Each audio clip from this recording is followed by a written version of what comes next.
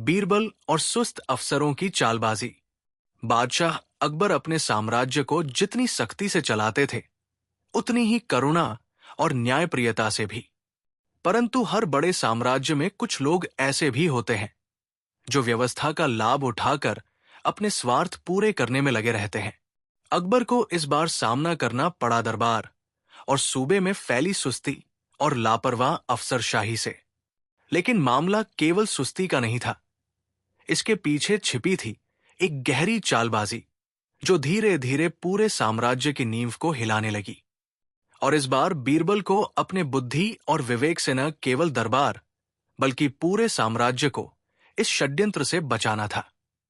सुबह का दरबार लगा। अकबर अपने सिंहासन पर बैठे थे, सामने दरबारी पंक्तिबद्ध खड़े। तभी राजस्व विभाग के एक अधिकारी ने आकर कहा, जहांपना, किसानों से वसूला जाने वाला लगान देर से आ रहा है। कचहरियों में फाइलें महीनों तक अटकी रहती हैं। अफसर अपने समय पर काम नहीं करते। प्रजा दुखी है। अकबर का चेहरा गंभीर हो गया। ये कैसे हो सकता है? हमारे साम्राज्य का प्रशासन तो हमेशा समय पर चलता आया है।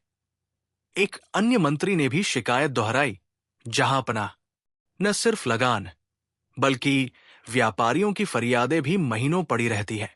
अफसर लोग बहाने बनाते हैं कि कागजात पूरे नहीं हैं या मुहर गायब है। लोग परेशान होकर रिश्वत देने पर मजबूर हो जाते हैं। अकबर का क्रोध बढ़ा, लेकिन उन्होंने तुरंत निर्णय लेने के बजाय बीरबल की ओर देखा। बीरबल गंभीरता से बोले, जहांपनाह, सुस्ती केवल आलस नहीं बल्कि कई बार बड़ी चालबाजी का हिस्सा भी हो सकती है। हमें इस समस्या की तह तक पहुंचना होगा। अकबर ने बीरबल को आदेश दिया कि वो इस मामले की पूरी जांच करे। बीरबल ने बिना बताए अपनी गुप्त योजना शुरू की। उन्होंने सामान्य नागरिक की भांति कपड़े पहने और शहर के अलग अलग दफ्तरों में जाकर काम करवाने की कोशिश की।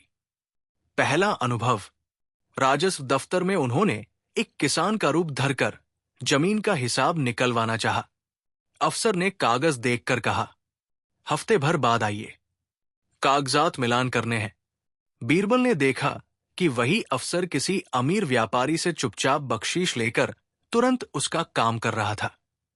दूसरा अनुभव, सैन्य विभाग के कार्यालय में जाकर बीरबल ने सैनिकों की भर्ती का रजिस्टर देखने की गुजारिश की।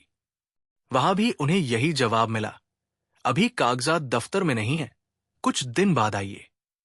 लेकिन जैसे ही एक दरबारी रिश्तेदार आया, उसका काम तत्काल कर दिया गया।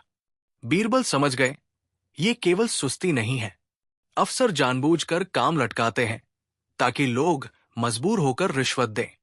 बीरबल ने अपने जासूसों से पता लगाया कि रात के समय शहर के बाहर एक सराय में कुछ बड़े अफसर मिलते हैं। जासूस ने बताया, हुजूर, वे कहते हैं कि काम जितना देर से करेंगे उतना ज्यादा माल मिलेगा, और लोग सरकार से नाराज होंगे तो कहेंगे बादशाह अकबर ही लापरवाह है। धीरे धीरे जनता का भरोसा दरबार से उठ जाएगा। ये सुनकर बीरबल चौंक गए। तो ये केवल रिश्वतखोरी नहीं बल्कि साम्राज्य की नींव हिलाने की चाल है। बीरबल ने सोचा कि ये षड्यंत्र किसी बाहरी ताकत से भी जुड़ा हो सकता है। शायद दुश्मन सूबों के जासूस अफसरों को लालच देकर प्रशासन को पंगु बना रहे हों। उन्होंने गुप्तचर तंत्र को सक्रिय किया। कई जगह से खबरें आई कि कुछ अफसर रात में संदिग्ध व्यक्तियों से मिलते हैं जो पड़ोसी राज्यों की बोली बोलते हैं। बीरबल ने सोचा, यह केवल भ्रष्टाचार नहीं बल्कि देशद्रोह है। लेकिन सबूत जुटाना आसान नहीं। अगर बिना सबूत दरबार में खुलासा किया तो चालबाज अफसर खुद को निर्दोष साबित कर देंगे। बीरबल ने योजना बनाई।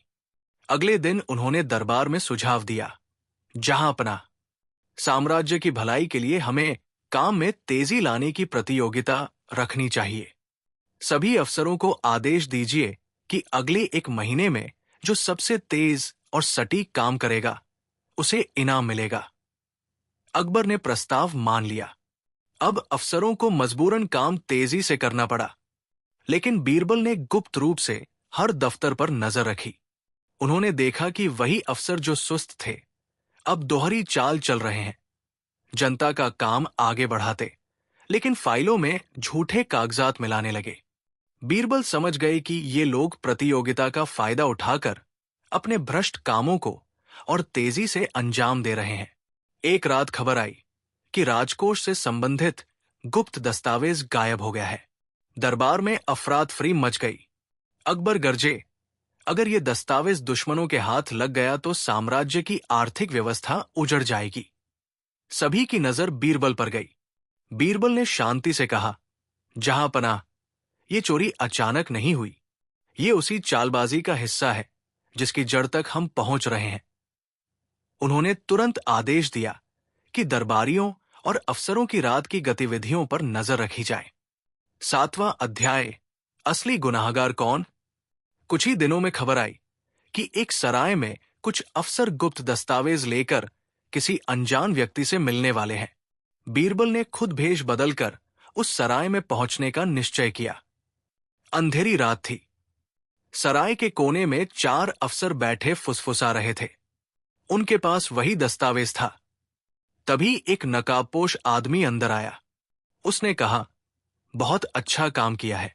जैसे ही ये दस्तावेज हमारे राजा तक पहुंचेंगे, अकबर का साम्राज्य चरमरा जाएगा।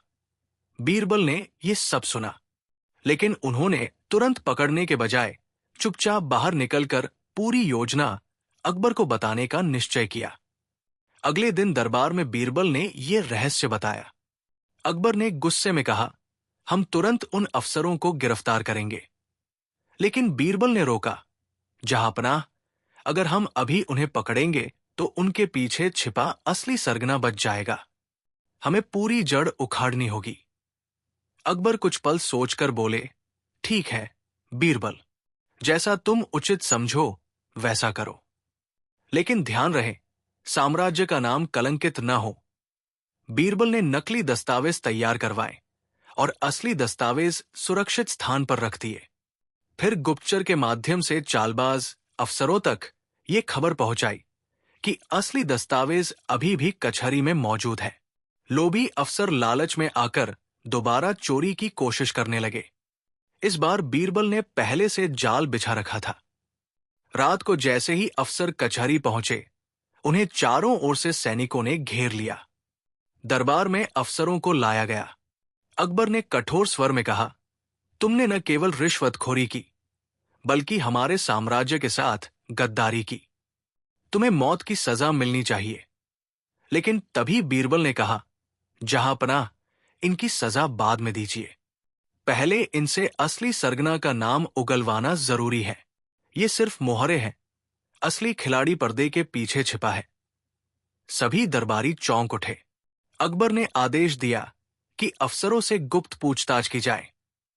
पूछताछ के दौरान एक अफसर डर के मारे बोल पड़ा, हम तो सिर्फ आदेश का पालन कर रहे थे।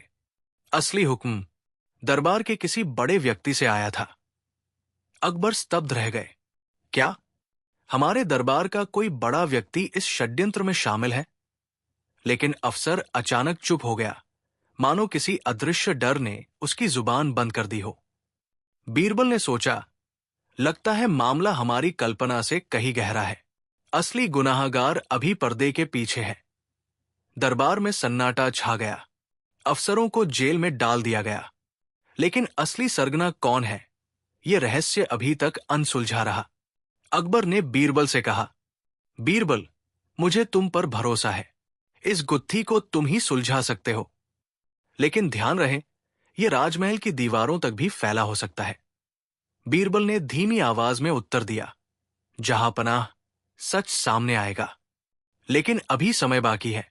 मैं जल्द ही असली गुनाहगार को आपके सामने लाऊंगा। दरबार की सभा में सबकी आंखें बीरबल पर टिकी थी। दरबार में पकड़े गए अफसर अब कैदखाने की अंधेरी कोठरियों में थे, मगर उनकी खामोशी सबसे बड़ी पहेली थी। कभी कभी वे कुछ कहने को होते, मगर अचानक डरकर चुप हो जाते। रात को पहरेदारों ने कई बार देखा कि अफसर नींद में बड़बड़ाते हुए कहते हैं, हुक्म, हुक्म। दरबार से ही आया था। बीरबल इन इशारों को नजरअंदाज नहीं कर रहे थे। उनका मन कह रहा था, सचमुच कोई बड़ा दरबारी इसमें शामिल है। लेकिन कौन? राजमहल की गलियों में हलचल बढ़ने लगी थी। कुछ लोग कहते ये सब वजीर खाने खानान की चाल हो सकती है। दूसरे कानाफूसी करते, नहीं, ये तो वित्त मंत्री के इशारे पर हुआ है, उन्हें ही सबसे ज्यादा फायदा होगा। बीरबल जानते थे अफवाहें अक्सर असली सुराग को ढक देती है, लेकिन उन्होंने हर फुसफुसाहट को ध्यान से सुना ताकि जाल के धागों को जोड़ सकें। बादशाह अकबर को इस रहस्य ने भीतर तक झकझोर दिया था। वो रात को अपने कमरे में बेचैन टहलते रहते और सोचते, अगर सचमुच मेरे ही दरबार का कोई वजीर इस गद्दारी में शामिल है तो मेरे साम्राज्य की नींव कितनी कमजोर हो चुकी है। एक रात अकबर ने अकेले में बीरबल से कहा, बीरबल, मैं चाहता हूं कि तुम मुझे सच्चाई बताओ, चाहे वो कितनी ही कड़वी क्यों न हो। अगर मेरे सबसे भरोसेमंद लोग ही गद्दारी कर रहे हैं तो भी मैं जानना चाहता हूं। बीरबल ने झुककर कहा, जहां पनाह, मैं वचन देता हूं कि जल्द ही असली गुनाहगार आपके सामने होगा। लेकिन अभी धैर्य रखिए, क्योंकि चालबाज बहुत चतुर है। बीरबल ने अपनी गुप्तचर मंडली को सक्रिय कर दिया। उन्होंने हर दरबारी की गतिविधि पर नजर रखी। कोई रात में किसी अजनबी से मिलता तो किसी के घर अचानक खर्चे बढ़ जाते। एक दिन जासूस ने आकर कहा, हुजूर, दरबार के खजांची ने पिछले महीने चुपचाप नया महल बनवाना शुरू किया है। खर्च इतना है कि उसकी आमदनी से पूरा होना असंभव है। बीरबल ने सोचा, क्या खजांची ही वो कड़ी है जो इस चालबाजी को दरबार से जोड़ रही है? इसी बीच कैदखाने से खबर आई कि एक अफसर ने अपनी कोठरी की दीवार पर कोयले से कुछ लिखा था।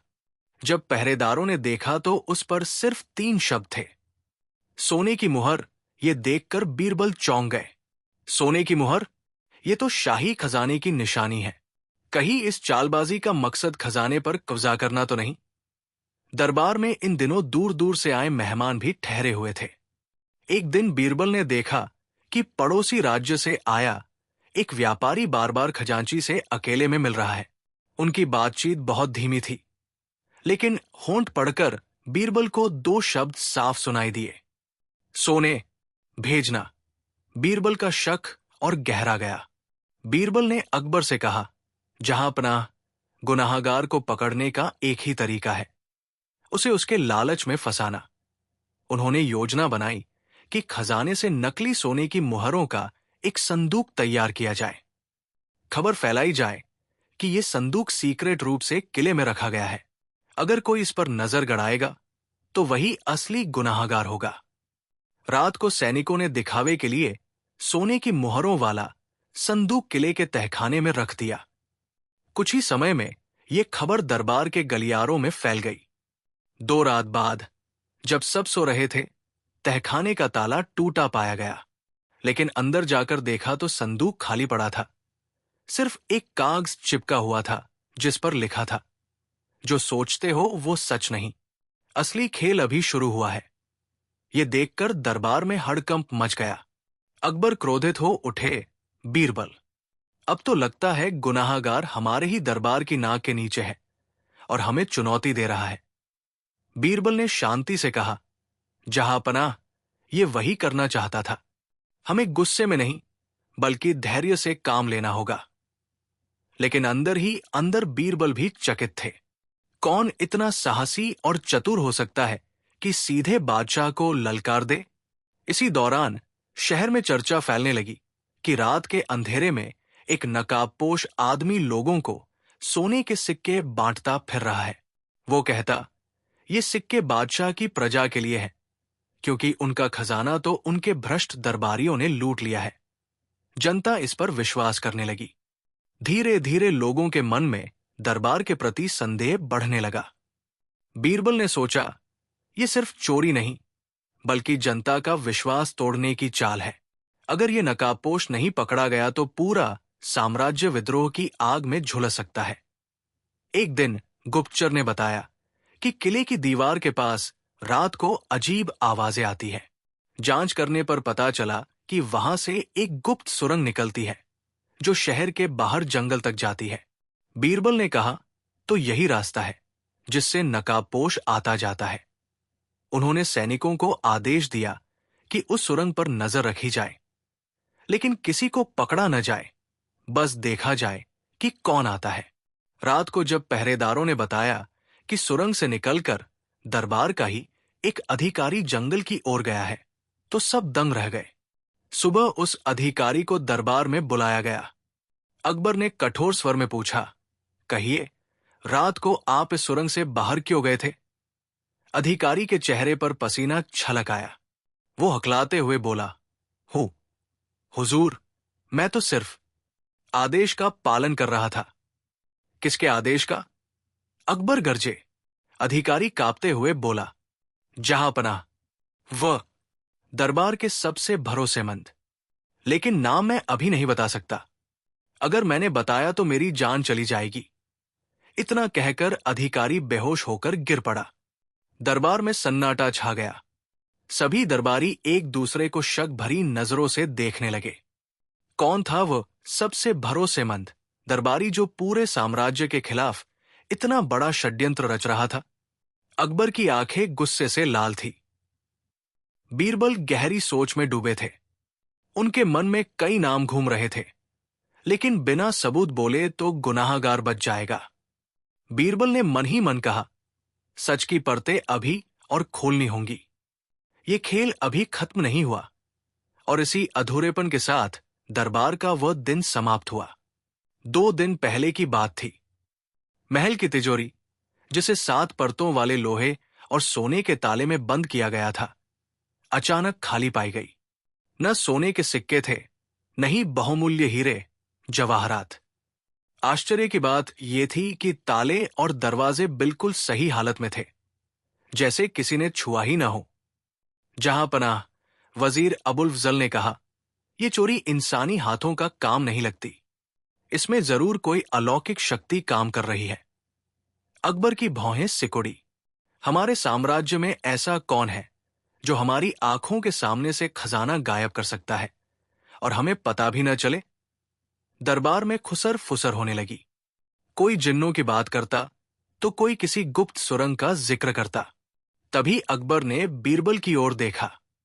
बीरबल, तुम्हें क्या लगता है? बीरबल ने हल्की मुस्कान दी। जहांपनाह, हर परछाई के पीछे रोशनी होती है।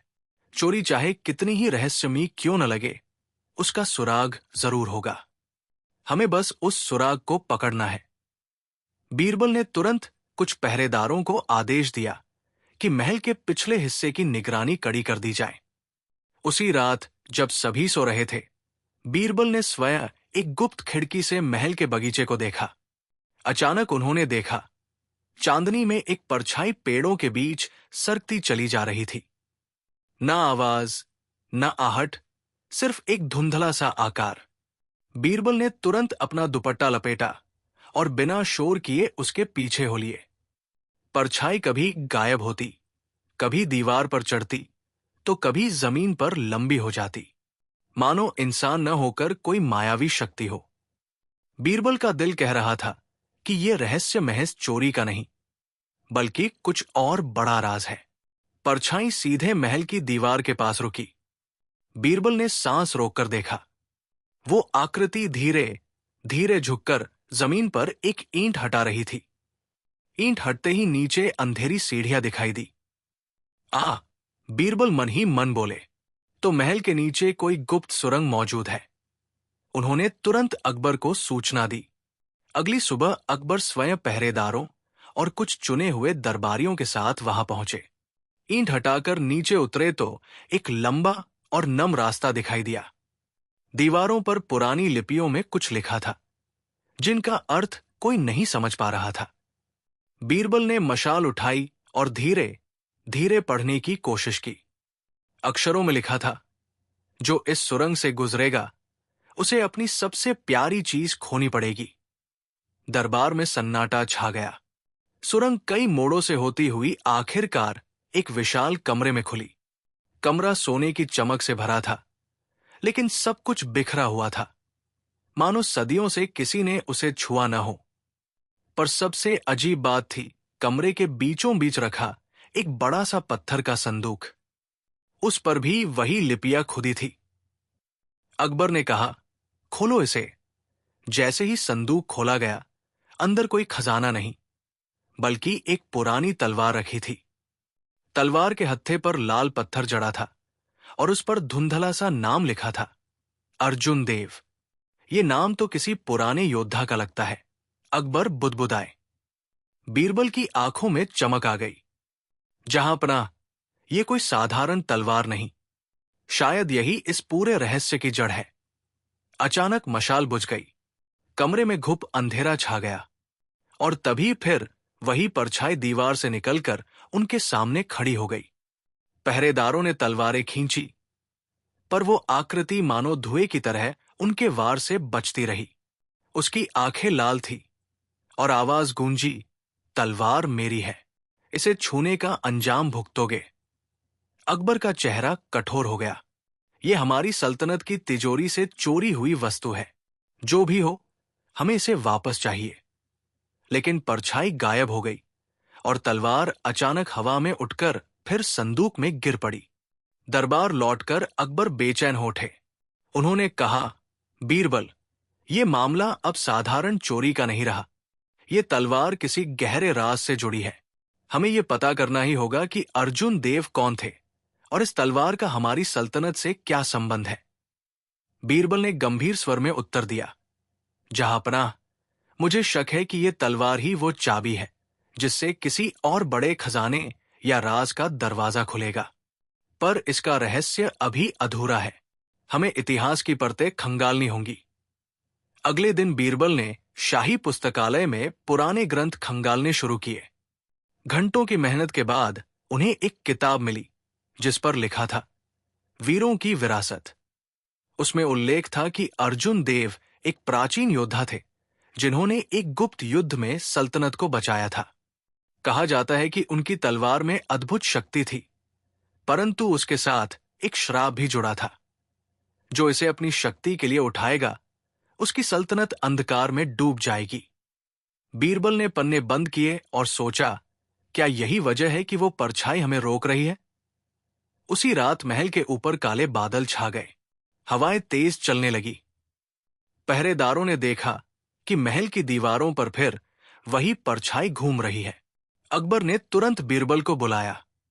ये सब कब तक चलेगा? हमें इसका हल चाहिए। बीरबल ने शांत स्वर में कहा, जहांपनाह, हर रहस्य का हल होता है, लेकिन इसके लिए हमें एक बड़ा कदम उठाना होगा। हमें उस तलवार को फिर से उठाना पड़ेगा और देखना पड़ेगा कि वो हमें कहां ले जाती है। अकबर ने गहरी सांस ली और हामी भर दी। अगली सुबह दरबार में सबके सामने तलवार को लाया गया। जैसे ही अकबर ने उसे छुआ, कमरे में गूंज उठी एक आवाज, अर्जुन देव की विरासत अभी अधूरी है। जो तलवार को उठाएगा, उसे सत्य की राह पर चलना होगा, वरना सब नष्ट हो जाएगा। दरबारियों में खौफ छा गया। बीरबल ने कहा, जहांपनाह, ये आवाज हमें चेतावनी दे रही है। तलवार हमें किसी नई यात्रा की ओर बुला रही है। उस रात अकबर और बीरबल महल की छत पर खड़े दूर आसमान को देख रहे थे। तलवार उनके सामने रखी थी और उसकी लाल जड़ी से हल्की रोशनी फूट रही थी। बीरबल ने धीरे से कहा, जहांपनाह, मुझे लगता है ये तो बस शुरुआत है। इस तलवार का रहस्य हमें कहीं और ले जाएगा, शायद ऐसी जगह जहां से पूरे साम्राज्य की किस्मत बदल सकती है। अकबर ने तलवार को देखा और कहा, तो बीरबल, हमें तैयार रहना होगा। परछाइयां हमें घेर रही है और शायद आने वाले दिनों में हमें ऐसे दुश्मनों का सामना करना पड़े जिनके बारे में हमने कभी सोचा भी नहीं। आसमान में बिजली कौंधी, हवा तेज हो गई और तलवार अचानक से हल्की सी गुनगुनाहट करने लगी, जैसे किसी और दुनिया का दरवाजा खुलने वाला हो। एक सुबह शाही पुस्तकालय की सफाई करते समय एक पुराना कागज मिला। वो कागज आधा जला हुआ था, पर उस पर बनी आकृतियों से स्पष्ट था कि ये किसी नक्शे का हिस्सा था। और आश्चर्य की बात, नक्शे के कोने पर वही नाम लिखा था, अर्जुन देव। बीरबल ने तलवार को नक्शे के पास रखा। जैसे ही लाल पत्थर उस पर पड़ा, नक्शे की अधूरी रेखाएं चमक उठीं और धीरे धीरे पूरा नक्शा नजर आने लगा।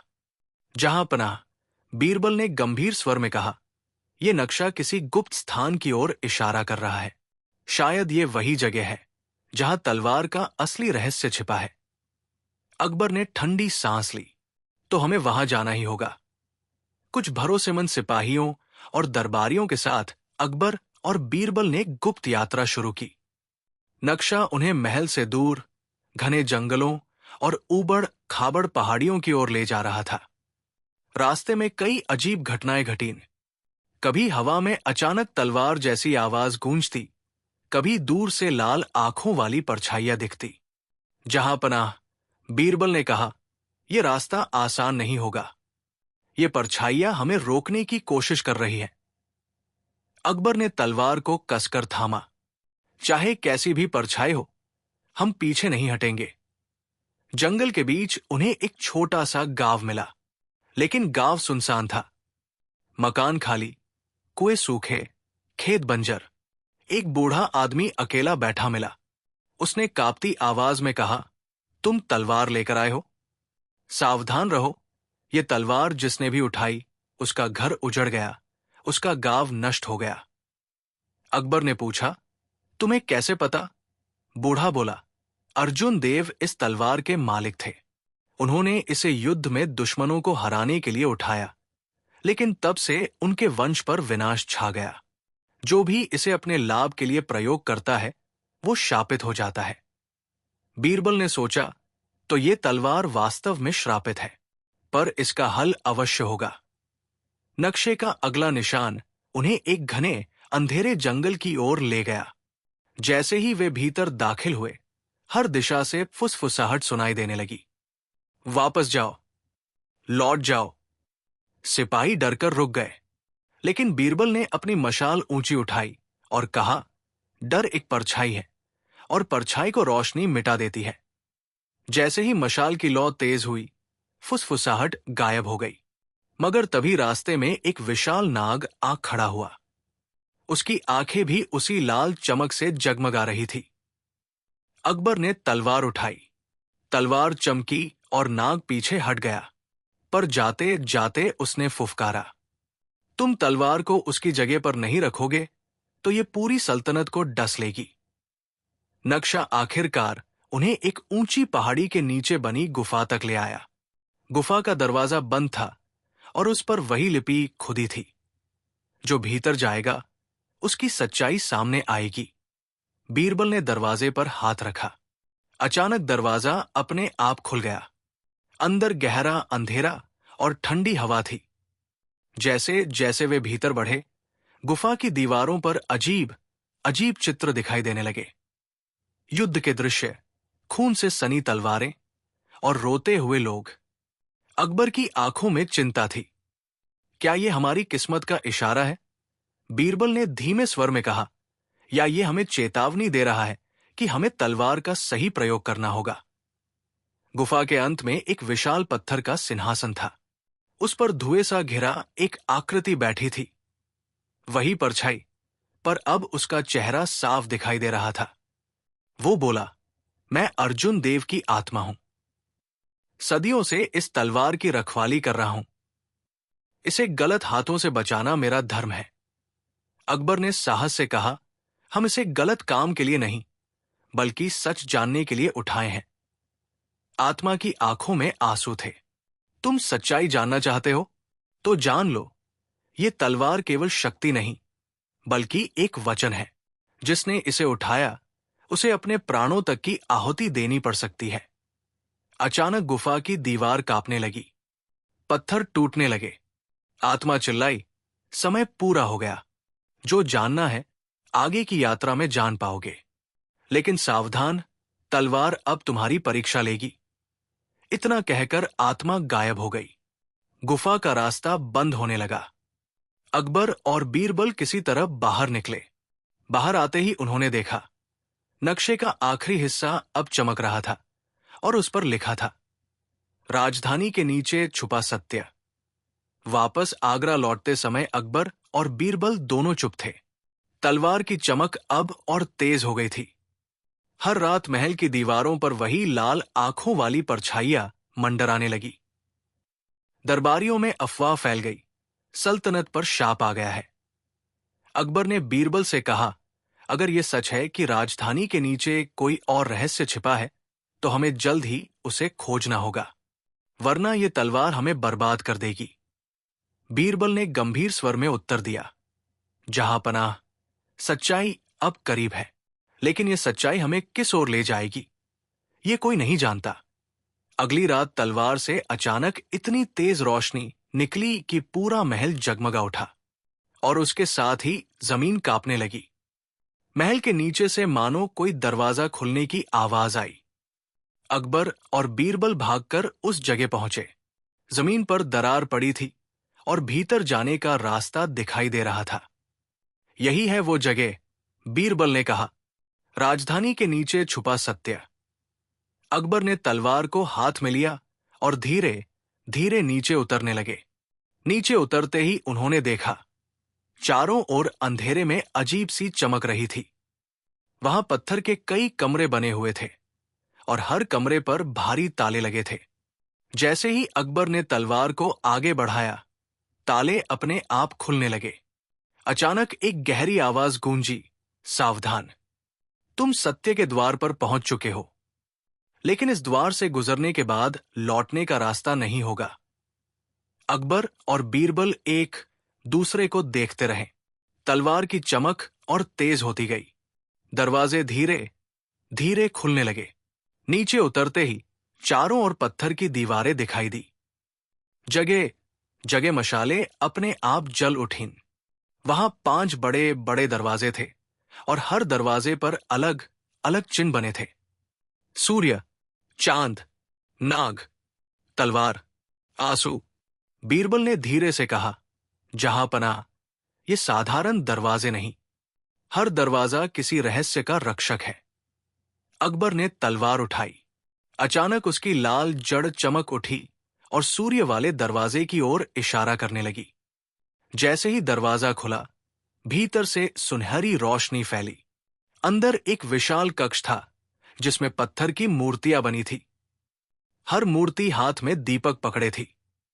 बीचों बीच एक सिंहासन था जिस पर सोने की परत चढ़ी हुई थी, लेकिन वो खाली था।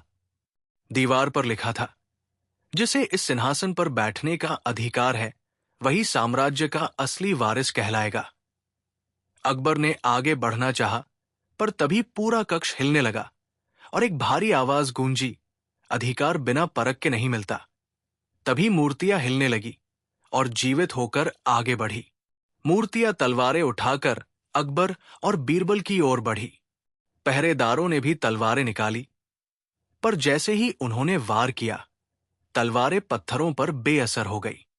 बीरबल ने तुरंत अकबर से कहा, जहांपनाह, इनसे लड़ना व्यर्थ है।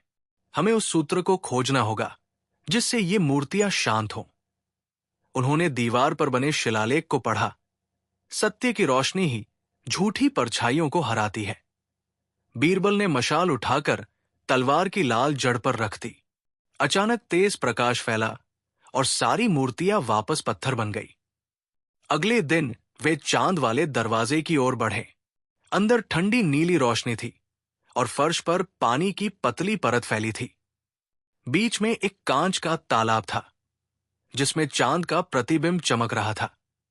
जैसे ही अकबर ने पानी को छुआ, प्रतिबिंब हिल गया और उसमें एक चेहरा दिखाई दिया। उनका अपना चेहरा, लेकिन बूढ़ा और थका हुआ। आवाज आई, जो सत्ता के बोझ को समझेगा वही आगे बढ़ पाएगा, नहीं तो वो अपने ही भविष्य से हार जाएगा। अकबर चौंके। बीरबल ने शांत स्वर में कहा, जहांपनाह, ये आपकी परीक्षा है। आपको सत्ता को बोझ नहीं, सेवा समझना होगा। अकबर ने तलवार को पानी में डुबोया और बोला, हमारा शासन जनता के लिए है, अपने अहंकार के लिए नहीं। तुरंत प्रतिबिंब गायब हो गया और रास्ता खुल गया। ये दरवाजा सबसे भयानक था। भीतर अंधेरा और सीलन थी। जैसे ही वे आगे बढ़े, फुफकार की आवाज गूंज उठी। अचानक एक विशालकाय नाग उनके सामने प्रकट हुआ। उसकी आंखें लाल थी और मुंह से आग निकल रही थी। ये तलवार मुझे दो, नाग ने गरजते हुए कहा। ये मेरी विरासत है। अकबर ने तलवार कसकर पकड़ी। बीरबल ने सोचा, सीधे युद्ध से ये परास्त नहीं होगा। उन्होंने धीरे से कहा, ओ नागराज, अगर ये तलवार तुम्हारी है तो बताओ इस पर अर्जुन देव का नाम क्यों लिखा है? नाग ठिठक गया। उसकी आंखों में पीड़ा उभरी। अर्जुन देव ने मुझे युद्ध से मुक्त किया था। मैंने उन्हें ये तलवार सौंपी थी, लेकिन फिर तलवार शापित हो गई। मैं तब तक चैन से नहीं रह सकता जब तक इसका श्राप समाप्त न हो। इतना कहकर नाग धुएं में बदलकर गायब हो गया और दरवाजा खुल गया। ये दरवाजा सबसे विचित्र था। भीतर एक विशाल कक्ष था, जिसमें हर ओर पत्थरों से बहते हुए आंसू जैसे चमकते कण थे। बीच में एक झरना था जो लाल रंग का पानी बहा रहा था। दीवार पर लिखा था, ये आंसू मासूमों के हैं। जब तक इनका न्याय नहीं होगा, सल्तनत शापित रहेगी। बीरबल ने पढ़ते ही कहा, जहांपनाह, ये संकेत है कि सत्ता अगर अन्याय करेगी तो उसका बोझ आंसुओं में बदल जाएगा। अचानक कक्ष में बच्चों की चीखें गूंजने लगी।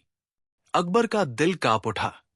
उन्होंने तलवार उठाकर प्रण किया, हम वचन देते हैं कि हमारी सल्तनत में किसी मासूम पर अत्याचार नहीं होगा। तुरंत लाल झरना साफ पानी में बदल गया और कक्ष रोशनी से भर गया। अब केवल आखिरी दरवाजा बचा था, तलवार का चिन्ह। जैसे ही वो खुला, भीतर अंधेरा था। अचानक लाल रोशनी फैली और उनके सामने एक विशाल पत्थर की वेदी दिखाई दी। उस पर लिखा था, तलवार यहां लौटाओ, यही इसका स्थान है। बीरबल ने अकबर की ओर देखा। जहांपनाह, लगता है ये पूरी यात्रा केवल इस तलवार को उसकी जगह पहुंचाने के लिए थी। लेकिन तभी एक भारी आवाज गूंजी, सावधान, अगर तलवार को यहां रखा तो सल्तनत का भविष्य बदल जाएगा। अगर रखा नहीं तो श्राप तुम्हारा पीछा करेगा। अकबर का चेहरा गंभीर हो गया। बीरबल भी सोच में पड़ गए। अचानक तहखाने की दीवार कांपने लगी। हर दरवाजा एक साथ गड़गड़ाने लगा। तलवार और तेज चमकने लगी। बीरबल ने कहा, जहांपनाह, हमें जल्दी निर्णय लेना होगा। ये तलवार अब हमसे जवाब चाहती है। अकबर ने तलवार उठाई और वेदी के सामने खड़े हो गए। उनके हाथ कांप रहे थे। अगर इसे रख दे तो क्या होगा, और अगर न रखे तो क्या? बीरबल ने शांत स्वर में कहा, यही तो असली पहेली है। शायद इसका उत्तर केवल तलवार ही जानती है। अचानक तलवार की लाल जड़ घूमी और तहखाने में एक नया दरवाजा उभर आया, जो नक्शे में नहीं था। उस पर लिखा था, समय। दरवाजा अपने आप खुला और भीतर से नीली चमक उठी। जहांपनाह, बीरबल फुसफुसाए, लगता है असली रहस्य अब शुरू होने वाला है। अकबर ने गहरी सांस ली और तलवार को हाथ में लेकर आगे कदम बढ़ाया। जैसे ही वे दरवाजे के भीतर गए, समय मानो रुक गया। चारों ओर सब स्थिर हो गया। हवा, मशाले, यहां तक कि सिपाही भी। सिर्फ अकबर, बीरबल और तलवार चल रही थी। अचानक सामने एक चमकदार आकृति प्रकट हुई। उसने कहा, तुम सत्य के द्वार पर पहुंच चुके हो। अब तुम्हें निर्णय लेना होगा। अतीत बदलना है, वर्तमान संभालना है, या भविष्य गढ़ना है। अकबर और बीरबल एक दूसरे को देखते रह गए। तलवार की गुनगुनाहट और तेज हो गई। दरवाजे और खुल गए। एक सुबह अकबर को एक सीलबंद चिट्ठी मिली। मोम से सील पर कोई अजनबी निशान था, न शाही मुहर, न किसी ज्ञात अफसर की पहचान। चिट्ठी में लिखा था, जहांपनाह, आपके सबसे भरोसेमंद अफसर आपकी पीठ में खंजर घोंपने की तैयारी में है। अगर आपको सच देखना है तो तीसरे पहर किले के दक्षिणी बाग में अकेले आइए। वहां सच आपको खुद पुकारेगा। अकबर ने बीरबल को बुलाया और चिट्ठी दिखाई। बीरबल, ये कैसी चाल है? क्या कोई डराना चाहता है या फिर सचमुच कोई षड्यंत्र है? बीरबल ने गहरी नजर से चिट्ठी देखी। जहांपनाह, मुहर अजनबी है, पर लिखावट में जल्दबाजी नहीं, बल्कि ठंडा आत्मविश्वास झलक रहा है। इसका मतलब लिखने वाला कोई साधारण आदमी नहीं। अकबर ने ठान लिया कि वो तीसरे पहर बाग में जरूर जाएगा, पर साथ बीरबल को गुप्त रूप से भेजेगा। तीसरे पहर अकबर सादे कपड़ों में पहुंचा। बाग सुनसान था। हवा में पेड़ों की सरसराहट और झिंगुरों की आवाज थी। अचानक एक पर्दे में लिपटा व्यक्ति सामने आया। उसने धीमी आवाज में कहा, जहांपनाह, आपके दरबार के 4 अफसर मिलकर खजाने की रकमें रोक रहे हैं। वे काम को टालते हैं ताकि रिश्वत और सत्ता दोनों पर पकड़ बना सकें। उनके पीछे एक और बड़ा नाम है, मगर वो नाम मैं अभी नहीं बता सकता। अगर मैंने कहा तो मेरी जान जाएगी। अकबर ने कड़ा स्वर अपनाया, नाम लो। लेकिन इससे पहले कि वो व्यक्ति कुछ कह पाता, झाड़ियों से एक तीर निकला और सीधे उसके सीने में धंस गया। वो जमीन पर गिर पड़ा। बीरबल, जो पास ही छिपा था, दौड़ा आया, पर हत्यारा ओझल हो चुका था। मरते हुए उस अजनबी ने बस एक शब्द कहा, खजाना। अधूरा। अकबर ने तुरंत 4 अफसरों की सूची तैयार करवाई। वे थे ख्वाजा मोहम्मद शफी, मालगुजारी विभाग; देवमणि दास, लेखागार प्रमुख; सैयद अब्बास, शाही आपूर्ति विभाग; रतनलाल मेहता, न्याय विभाग। ये 4 अफसर दरबार में लंबे समय से सेवा कर रहे थे। दिखने में वफादार लगते, पर बीरबल ने देखा था कि इनके बीच अजीब सी सांठगांठ है। बीरबल ने सोचा, अगर ये 4 सचमुच दोषी हैं, तो इनके पीछे कोई और बड़ा दिमाग जरूर है। वो कौन है, यही असली रहस्य है। कुछ ही दिनों बाद खजाने का हिसाब मिला। राजस्व का बड़ा हिस्सा काम अधूरा बताकर रोका गया था। उदाहरण के लिए, पुल बनाने की योजना शुरू हुई, पर अधूरी छोड़ दी गई। खेतों के सिंचाई प्रबंध के लिए नहरें खोदी गई, पर पानी लाने का इंतजाम नहीं हुआ। बीरबल ने अकबर से कहा, जहांपनाह, ये सब योजनाएं अधूरी इसलिए छोड़ी गई ताकि उनका पैसा हवा में उड़ाया जा सके, और अफसरों ने सुस्ती का बहाना बनाकर अपने खजाने भर लिए। अकबर का गुस्सा 7वें आसमान पर था, पर बीरबल ने रोका, जहांपनाह, जल्दबाजी न करें। अगर असली सरगना बच निकला तो खेल अधूरा रह जाएगा। बीरबल ने अपने गुप्तचर तंत्र को सक्रिय किया। रात दिन चौकसी बढ़ा दी गई। जल्द ही एक हैरतअंगेज खबर आई। इन 4 अफसरों की हर गतिविधि का हिसाब दरबार के भीतर किसी गुप्त परिषद को भेजा जा रहा है। बीरबल ने सोचा, गुप्त परिषद? क्या ये दरबार के भीतर दरबार है? कौन चला रहा है इसे? एक रात बीरबल ने वेश बदलकर एक सराय में गुप्त बैठक देखी। वहां वही 4 अफसर मौजूद थे। उन्होंने अपने मालिक का जिक्र किया, पर नाम नहीं लिया।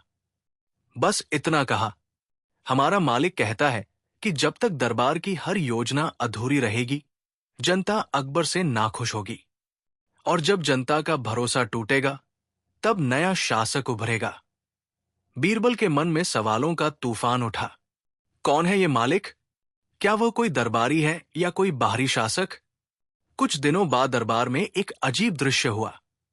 एक शायर आया और गजल पेश करने लगा, पर उसके शेरों में छिपे संकेत थे, नदी अधूरी, पुल अधूरा, सफर अधूरा, हुक्म अधूरा। बीरबल ने तुरंत पहचान लिया, यह कोई गुप्त संदेश था। उसने शायर का पीछा किया, पर शायर अचानक गायब हो गया। जांच के दौरान पता चला कि हर अधूरी परियोजना की फाइल पर लाल रंग की एक छोटी सी निशानी बनी थी। ये निशानी साधारण नहीं थी। ये वही निशान था जो पहली चिट्ठी की मोहर पर था। अब साफ हो गया कि जो आदमी अकबर को चेतावनी देने आया था, वो इसी गुप्त परिषद का हिस्सा था। लेकिन शायद पछतावे में आकर उसने सच बताने की कोशिश की थी। अकबर ने उन 4 अफसरों को खुले दरबार में बुलाया। तुम्हारे विभागों में हर काम अधूरा क्यों है? जवाब दो। चारों ने घुटनों पर झुककर कहा, जहांपनाह, ये सब अनहोनी है। कभी बारिश ने काम रोका, कभी मजदूर भाग गए, कभी पैसा देर से पहुंचा। हमारी नीयत पाक है। अकबर को लगा कि ये सफाई महज ढोंग है, पर ठोस सबूत के बिना वो उन्हें सजा नहीं दे सकता था। बीरबल ने नई योजना बनाई। उसने 4 अफसरों को अलग अलग बुलाकर कहा, जहांपनाह ने फैसला किया है कि अधूरे काम पूरे करने के लिए दोगुना पैसा दिया जाएगा, पर यह रकम गुप्त रूप से सीधे तुम्हें सौंपी जाएगी। चारों लालच में आ गए और रकम पाने को तैयार हो गए। बीरबल ने गुप्त रूप से उनकी हर हरकत दर्ज करवाई। जब चारों ने रकम ली और उसे अपने मालिक तक पहुंचाने की कोशिश की, तभी बीरबल और शाही सिपाही प्रकट हुए। सिपाहियों ने उन्हें पकड़ लिया, लेकिन तभी मोड़ आया। चारों अफसरों ने जोर से कहा, हम तो बस मोहरे हैं, असली मालिक तो कोई और है, जो दरबार के सबसे ऊंचे सिंहासन के करीब बैठता है। अकबर और बीरबल दोनों चौंक गए। बीरबल ने पूछा, नाम बताओ, कौन है वो? चारों अफसर एक दूसरे की ओर देखे। फिर एक ने कहा, अगर हमने नाम लिया तो हमारी ही नहीं, हमारे परिवारों की जान चली जाएगी। लेकिन इतना कह सकते हैं कि वो शख्स दरबार में हर रोज आपकी आंखों के सामने बैठता है। इतना कहकर उन्होंने होंठ सी लिए। अकबर बेचैन हो उठा। दरबार में हर रोज बैठने वाला, मतलब कोई ऊंचा दरबारी? क्या वो वजीर है? क्या वो सेनापति या कोई राजपरिवार का सदस्य? बीरबल ने सोचा, अगर ये नाम अभी नहीं बता रहे तो इसका मतलब है कि सरगना की ताकत उनसे कहीं ज्यादा है। वो सचमुच दरबार के भीतर से सब चला रहा है। इसी बीच अधूरे कामों से जनता में असंतोष फैल गया।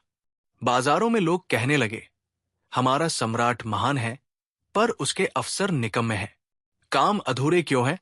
हमें राहत कब मिलेगी? ये गुस्सा किसी भी वक्त विद्रोह का रूप ले सकता था। बीरबल ने रात भर सोचते हुए अपनी डायरी में लिखा, ये साजिश महज सुस्ती की नहीं, बल्कि साम्राज्य की नींव हिलाने की है। असली सरगना दरबार में है, पर कौन?